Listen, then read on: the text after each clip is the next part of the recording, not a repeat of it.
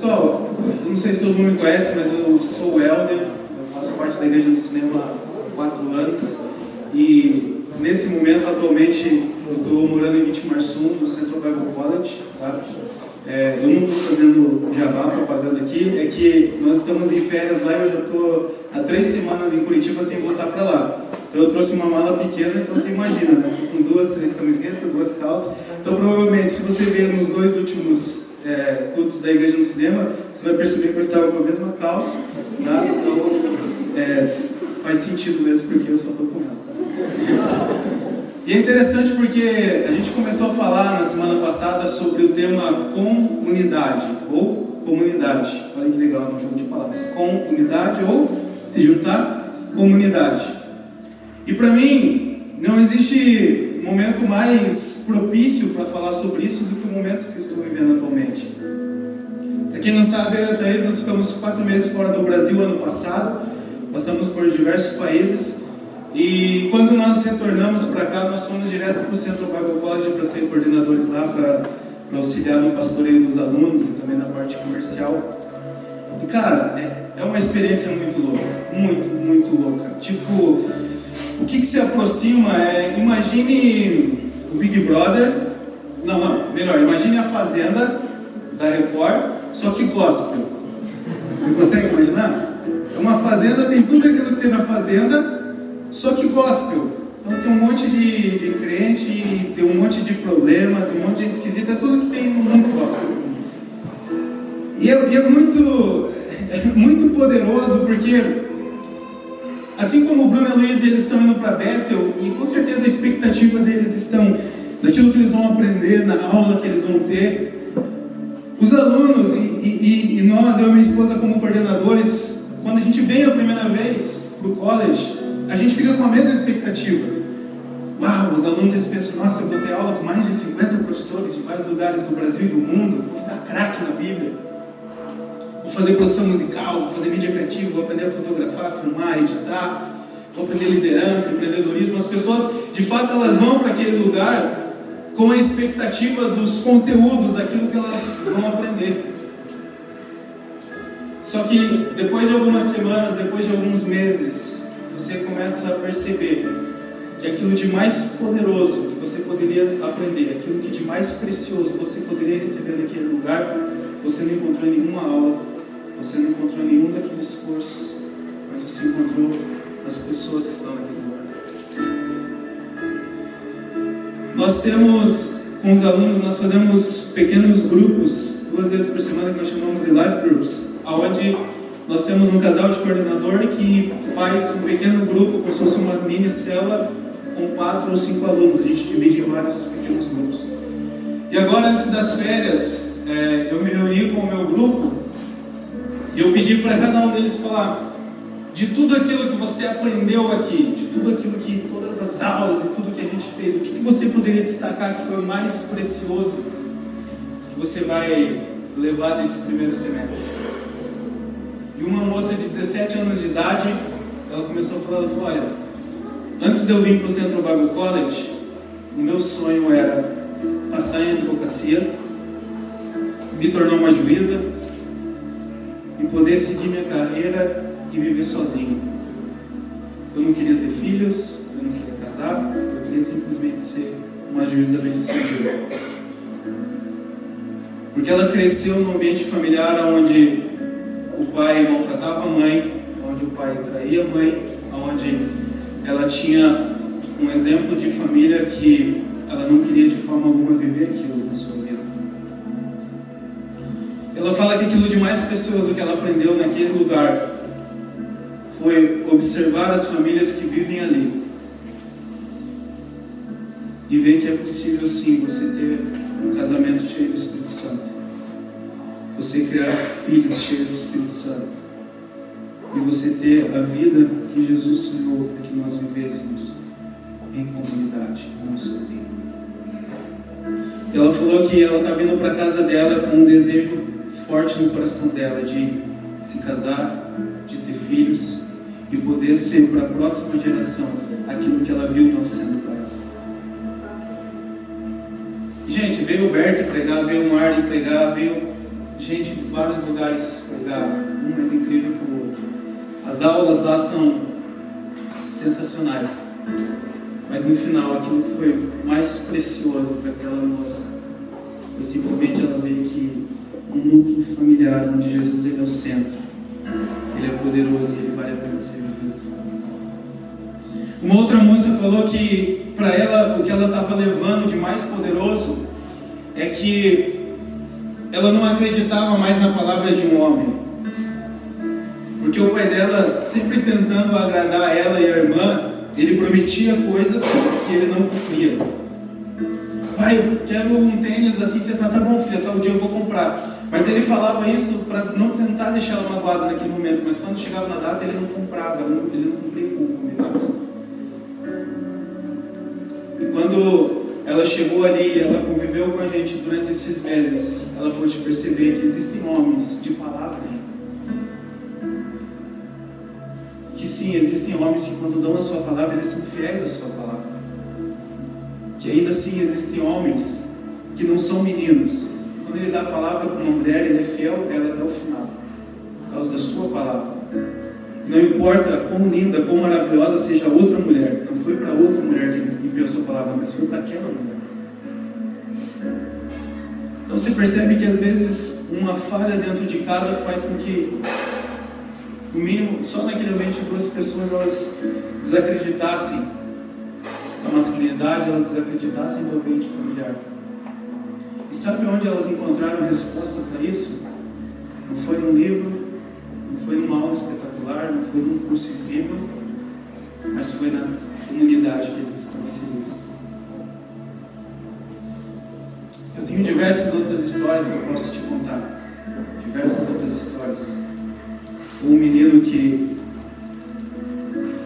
ele é órfão, e quando nós falamos sobre paternidade, quando nós demos uma introdução sobre Deus como Pai, ele literalmente se sentiu abraçado pelo Pai, dizendo: você nunca foi órfão.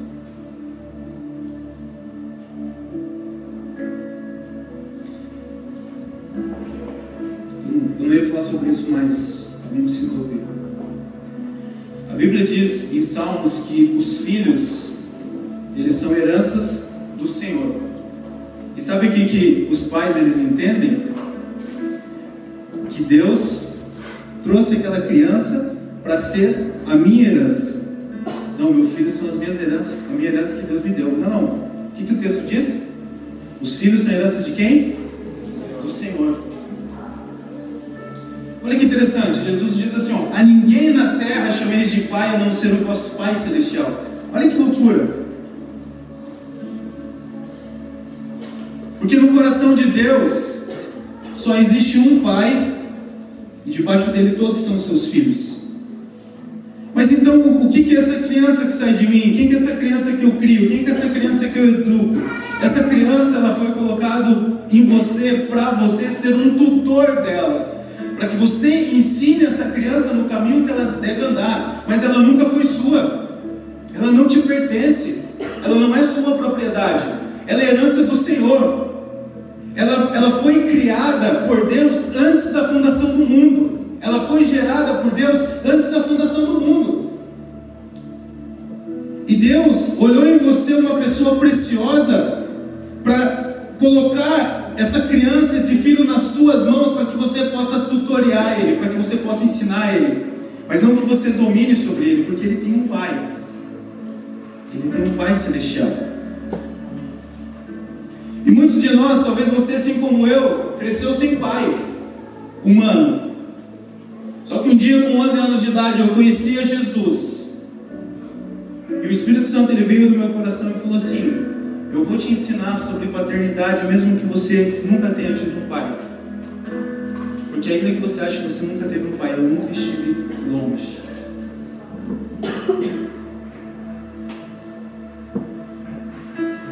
Porque talvez você como eu cresceu sem um pai humano, mas isso não significa que Deus não te tutoriou, ou Deus não colocou os tutores na sua vida para te trazer onde você está hoje.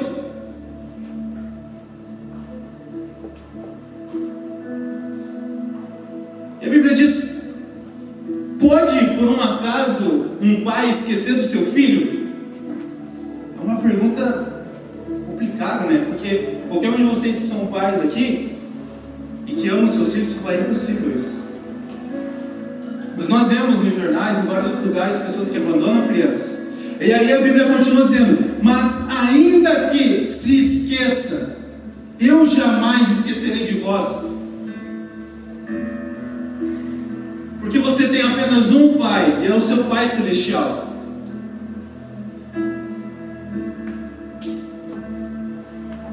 Por isso, ainda que você não teve um tutor masculino chamado de pai nessa terra, pode ter certeza que o teu pai, ele nunca te abandonou, e ele sempre esteve com você. E talvez assim como eu, ele deu uma força dobrada para minha mãe, para que ela pudesse me tutorear, valendo por dois. Por isso esse jovem, ele entendeu que ele nunca foi órfão. Ei, escute, você nunca foi órfão. Ele entendeu que ele nunca foi órfão. Porque ainda que teu pai ou tua mãe se esqueça de ti, eu jamais me esquecerei, diz o Senhor.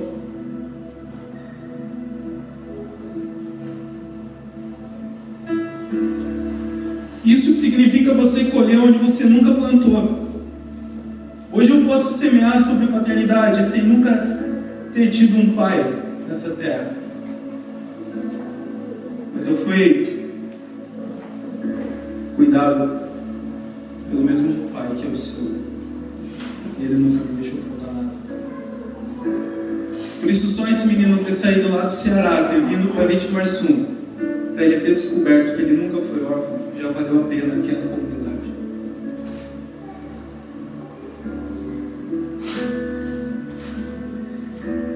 Eu acho interessante isso, né? O Carl, ele fala que é dever do homem amar mais a sua esposa do que o seu próprio filho. Ou é dever da mulher amar mais o seu esposo do que o seu próprio filho. Porque o seu cônjuge Deus deu para vocês serem um, mas o seu filho Deus deu para você cuidar para ele. Só que ele faz tudo o contrário. Nós não divorciamos dos nossos filhos, mas nós divorciamos dos nossos cônjuges. E é tão complicado esse entendimento de que os filhos são a nossa possessão, porque eu já vi pais dizendo: meu Deus, se meu filho um dia morrer, eu morro junto com ele.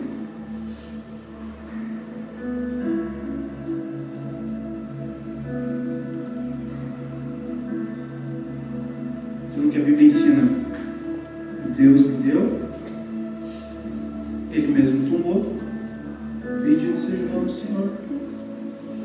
Você nunca vai perder algo que você não possui. Por isso, entregue ao Senhor. Confia nele. Ele tudo fará.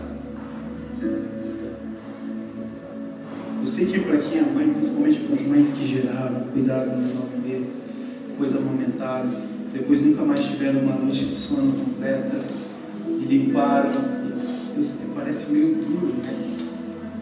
Mas não é duro, isso é precioso.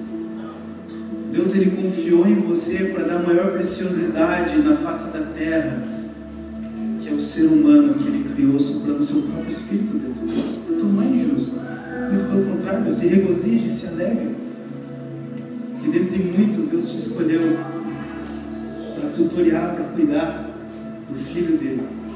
Você imagina que aquilo que Deus tem de mais precioso ele colocou nas suas mãos. Então cuide para ele,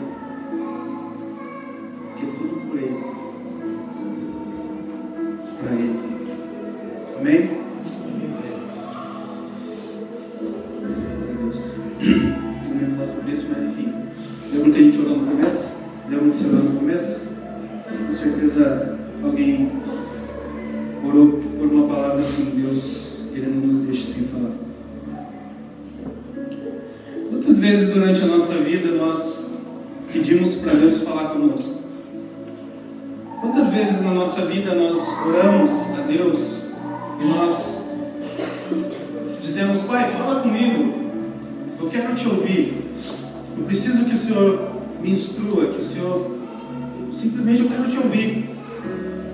E eu não sei se alguém já fez o curso Ouvindo Deus, a gente aplica no college, um college já também fazem, mas Quem já fez o curso vai lembrar lá que tem várias personalidades proféticas, né? Tem o knower, que é aquele que Deus ele coloca uma certeza no coração dele, e ele não sabe explicar, ele não viu, mas ele sabe.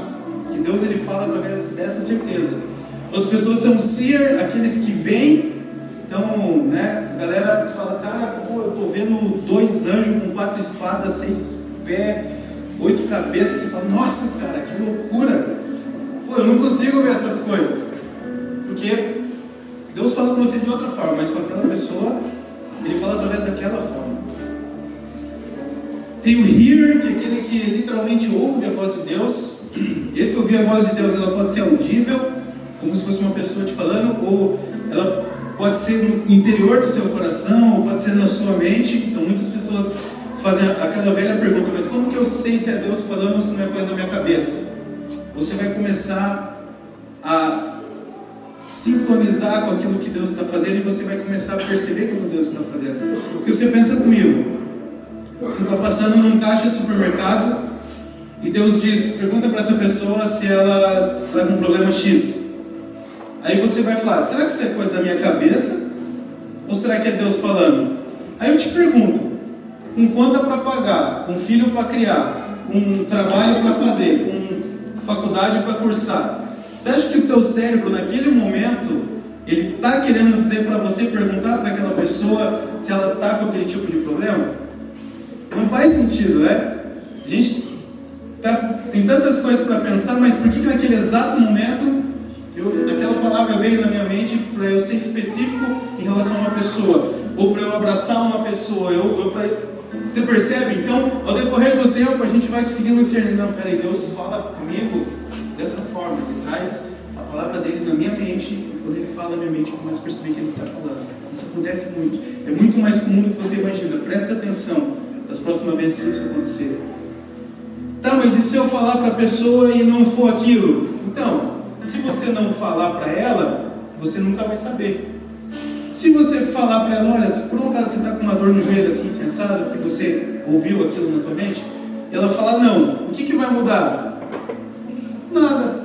Então ela vai continuar sem dor e você vai continuar o teu caminho. Mas se de fato aquela pessoa estiver com dor, e você vai orar por ela e ela for curada, o que vai mudar? Tudo. Não é só uma dor que foi curada, é uma pessoa que foi salva, é uma família que foi transformada, e você nunca mais vai saber onde aquela cura vai dar. Você nunca vai saber quantos filhos aquela pessoa tem, quantos amigos vão beber daquele testemunho, quantas pessoas vão ser impactadas a partir daquilo. Isso você pode ir longe. Deus fala com a gente através da Bíblia, Deus fala com a gente através de músicas, Deus fala com a gente através de filme. Já teve alguém que estava assistindo um filme e de repente Deus falou com você? É louco isso, né, cara? Eu nunca esqueço Quem assistiu a Lista de Schindler? Gente do céu, o melhor filme de todos os tempos, e a maioria não assistiu. Nossa, não acredito nisso. Só porque tem 5 horas vocês não querem assistir? Se a gente gasta o sábado inteiro na Netflix para terminar a Casa do Papel num dia. A Lista de Schindler, eu chorei demais no fim daquele filme, porque quem assistiu vai lembrar. Putz, agora não sei se eu falo. Ah, gente, a culpa não é minha, né? Vocês deveriam ter assistido. Agora que você não assistiu, a culpa não é minha. Não adianta. Se quiser, vai tomar água, vai morrer, tá convido. Mas para mim é muito poderoso, porque depois que aquele homem, ele faz de tudo para salvar os judeus, e ele de fato consegue salvar centenas deles. Ele olha para a aliança dele e fala, cara, essa aliança aqui eu poderia ter salvo mais 50 pessoas. Ele já não tinha sobrado mais nada, não tinha mais sobrado a empresa dele, não tinha sobrado mais nada. Ele já tinha vendido tudo para salvar pessoas, para comprar escravos, presos. Mas ele, no final de tudo isso, ele olha no anel dele, ele começa a chorar e fala, cara, esse anel eu poderia ter salvo mais 50 pessoas.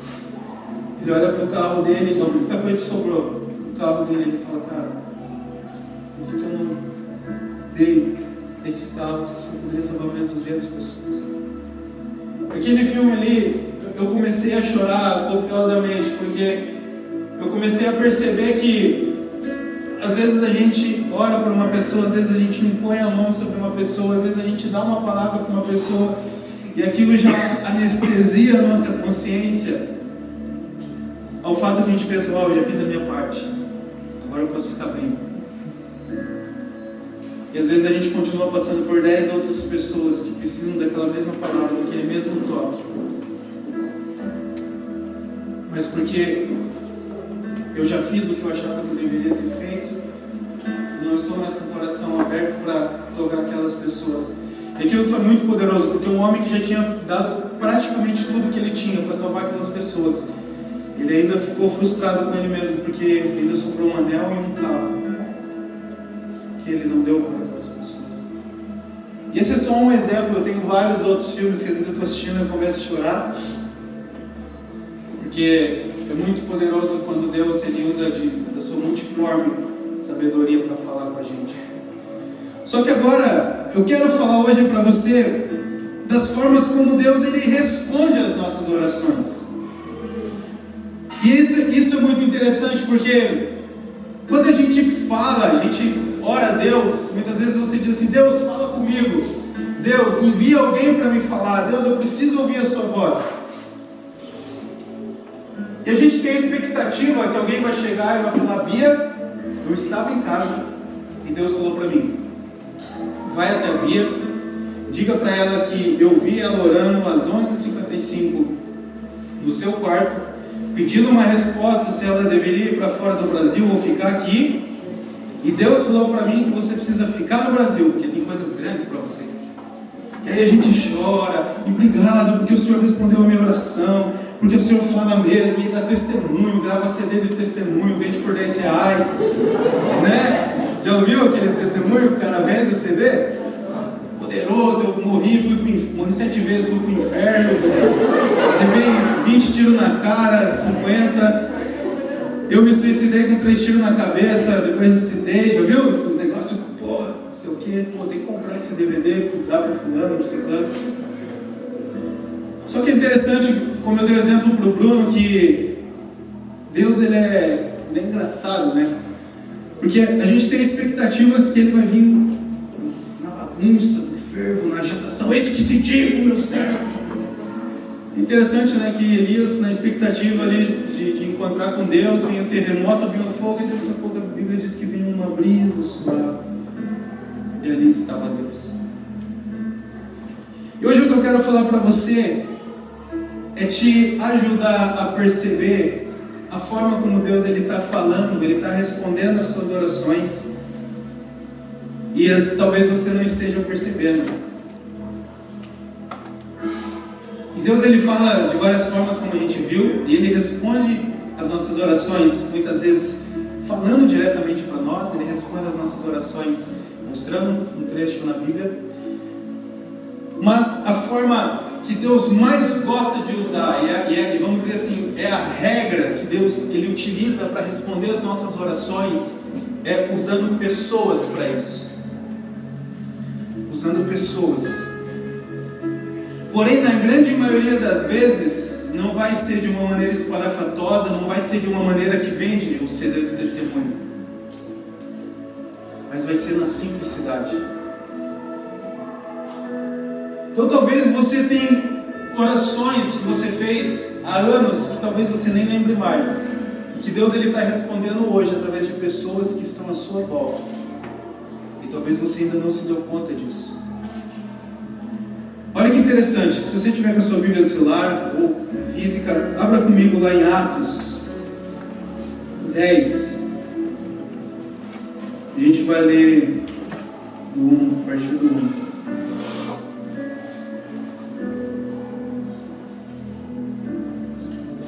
1. Atos 10. A gente vai ler do 1 ao 8.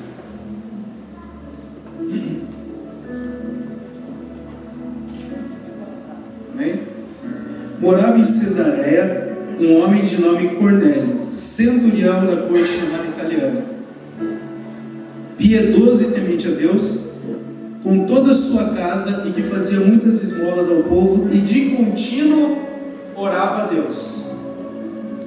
Esse homem observou claramente, durante uma visão, cerca da hora 9 no dia, um anjo de Deus que se aproximou dele e lhe disse: Cornélio. Este, fixando nele os olhos e possuído de temor, perguntou: Quem é, Senhor? E o anjo lhe disse: As tuas orações e as tuas esmolas subiram para a memória diante de Deus. Agora envia mensageiros a Jope e manda chamar Simão, que tem por sobrenome Pedro. Ele está hospedado com Simão, curtidor, cuja residência está situada à beira-mar. Logo que se retirou o anjo que lhe falava, chamou 2 dos seus domésticos e um soldado piedoso do que estava ao seu serviço. E, havendo contado tudo, enviou-os a Jope. Olha que interessante esse texto.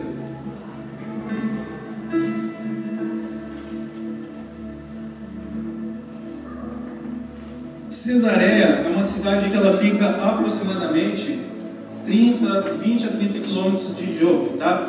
Jope hoje é a cidade que ela fica colada com Tel Aviv, é como se fosse São José dos Pinhais e Curitiba. Então o pessoal que vai para Jope já me diz: eu estou indo para Tel Aviv.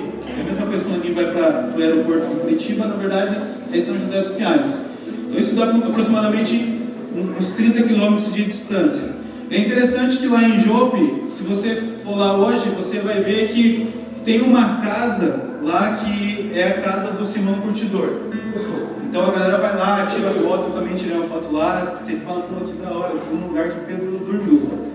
Na verdade, não tem como ter certeza, tá, pessoal? Para quem já foi para Israel, ou você que pensa aí, já se prepare mentalmente que grande parte daquilo que as pessoas elas dizem que é, na verdade, não se dá certeza do que é, no sentido dos lugares históricos. Então, por exemplo, você vai para Jerusalém, tem lá uma igreja que é a igreja do Pai Nosso. Por quê?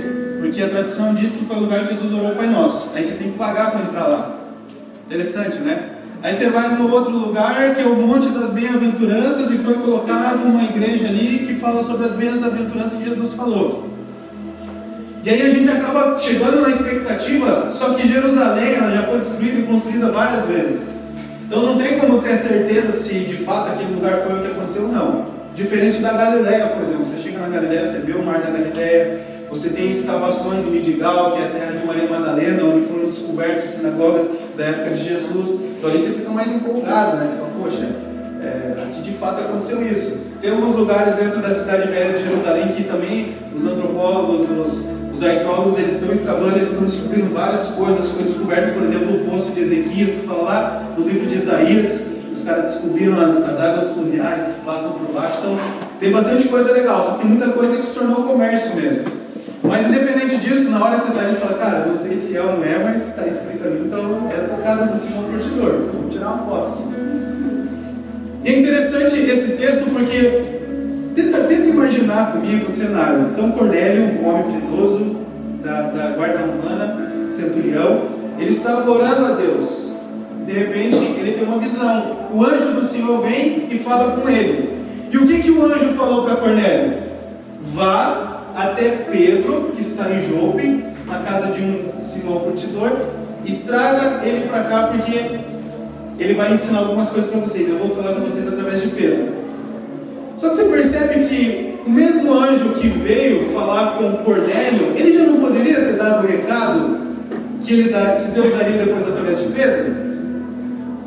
Porque, né, faz uma viagem só, já veio, já é difícil descer o anjo. Já que ele desceu, já está falando: pô, me conta aí, meu.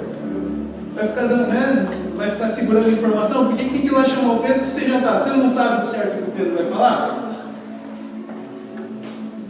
Mas por que Deus ele fez dessa forma? Porque intencionalmente Deus ele ama responder as suas orações usando pessoas. Simples. Usando pessoas. E obviamente, dentro dessa história foi algo sobrenatural. Só que de diversas outras formas, Deus usa pessoas para falar com nós de uma maneira sutil, de uma maneira simples, nos detalhes. E hoje eu quero trazer essa reflexão para você, para que quando você sair daqui você comece a perceber o cuidado de Deus em relação à sua vida, através das pessoas que vão cruzar o seu caminho. Você vai perceber orações sendo respondidas que talvez você nem lembre mais, mas quando essas orações forem respondidas, você inclusive vai lembrar quando você fez elas. É interessante que a gente entende, como foi falado, que nós somos a casa de Deus. A Bíblia diz que Deus ele não habita em lugares feitos por mãos de homens. Em 1 Coríntios 3, Paulo diz que nós somos santuários da habitação de Deus. E você vai ver em diversos textos a Bíblia falando que nós somos a habitação de Deus. Nós somos o lugar que Deus escolheu para tocar a terra. Então você percebe que eu oro para Deus, digo, Deus, fala comigo, Deus, me responda. Mas aonde Deus está? Deus ele habita no meu irmão. Então eu peço para Deus falar comigo. Deus ele coloca uma pessoa na minha vida para ser resposta daquela oração. Mas por algum motivo eu não percebo que ele está respondendo a minha oração através daquela pessoa. E passa despercebido. Olha que interessante isso. E passa despercebido. Se nós somos a habitação de Deus, se Deus habita em nós, Ele fala através de nós, Ele responde através de nós, Ele toca através de nós. Então, se você sair daqui entendendo que Deus ele usa pessoas para responder as suas orações, você também vai compreender, vai começar a perceber que Deus te usa para responder a oração de outras pessoas. É uma questão de sensibilidade, é uma questão de você perceber. Eu tenho uma frase que eu acho muito legal: quem não sabe o que procura, quando encontra não percebe. Agora, se você começar a prestar atenção nas pessoas da sua comunidade, as pessoas que estão ao seu redor, você vai se espantar com as suas orações sendo respondidas através delas e com as orações delas sendo respondidas através de você. Vamos bem pertinho ali para Atos 8, 26.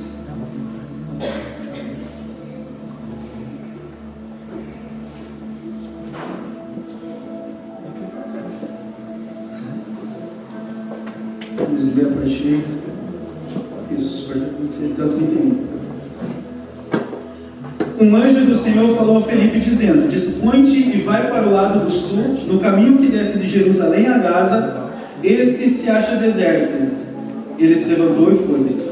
Eis que um etíope, eunuco, alto oficial de Candace, rainha dos etíopes, o qual era superintendente de todo o seu tesouro, que viera adorar em Jerusalém, estava de volta e, assentando no seu carro, vinha lendo o profeta Isaías.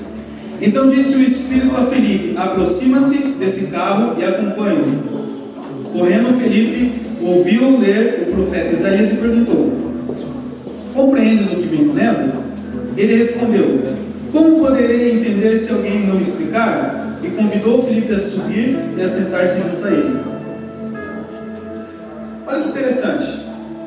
Um etíope, ele estava meditando nas Escrituras e de repente o Espírito de Deus fala para Felipe ir até ele para esclarecer sobre aquilo que ele estava lendo. Aí eu te pergunto: Deus, por si só, ele tem ou não tem poder para já trazer todo o entendimento que o etíope precisava? Sim ou não? Por que ele não fez? A Bíblia diz que os céus ele pertence a Deus, mas a terra ele foi dado aos filhos dos homens. Por isso Deus ele escolheu eu e você para tocar essa terra e para tocar as pessoas que estão à nossa volta. Por isso que nós não podemos ser covardes e falar: não, olhe para mim, olhe para Deus. A Bíblia diz em Romanos 8 que a ardente expectativa da humanidade é a manifestação dos filhos de Deus. Por quê? Porque quem vê o filho vê o pai. Por isso é tempo de nós entendermos que eu me manifestando como filho de Deus, eu vou mostrar para aqueles que ainda não conhecem a Deus, o Pai. E o Pai ele vai se revelar através da minha vida. E o Pai, Ele vai responder orações através da minha vida. E veja bem, isso não é humanismo, isso não é pensamento positivo, isso é o plano perfeito de Deus, que estava nos céus dos céus, no meio dos louvores dos anjos. E um dia, Ele na sua comunidade, o Pai, o Filho, o Espírito, os anjos, Ele decidiu compartilhar a sua vida com um humano. E Ele colocou o seu Espírito naquele humano. Aquele humano, ele se perdeu daquele propósito. O Filho se manifestou em carne para trazer de volta aquele humano para si, custando tudo e o mais precioso que Deus tinha. Para hoje você chegar para Deus e dizer que você não vale nada. Para hoje você chegar para Deus e dizer que você não merece. Para hoje você chegar para Deus e dizer que você não é capaz. Que Ele responde todo mundo menos você. Que Ele ama todo mundo menos você. Que Ele fala com todo mundo menos com você.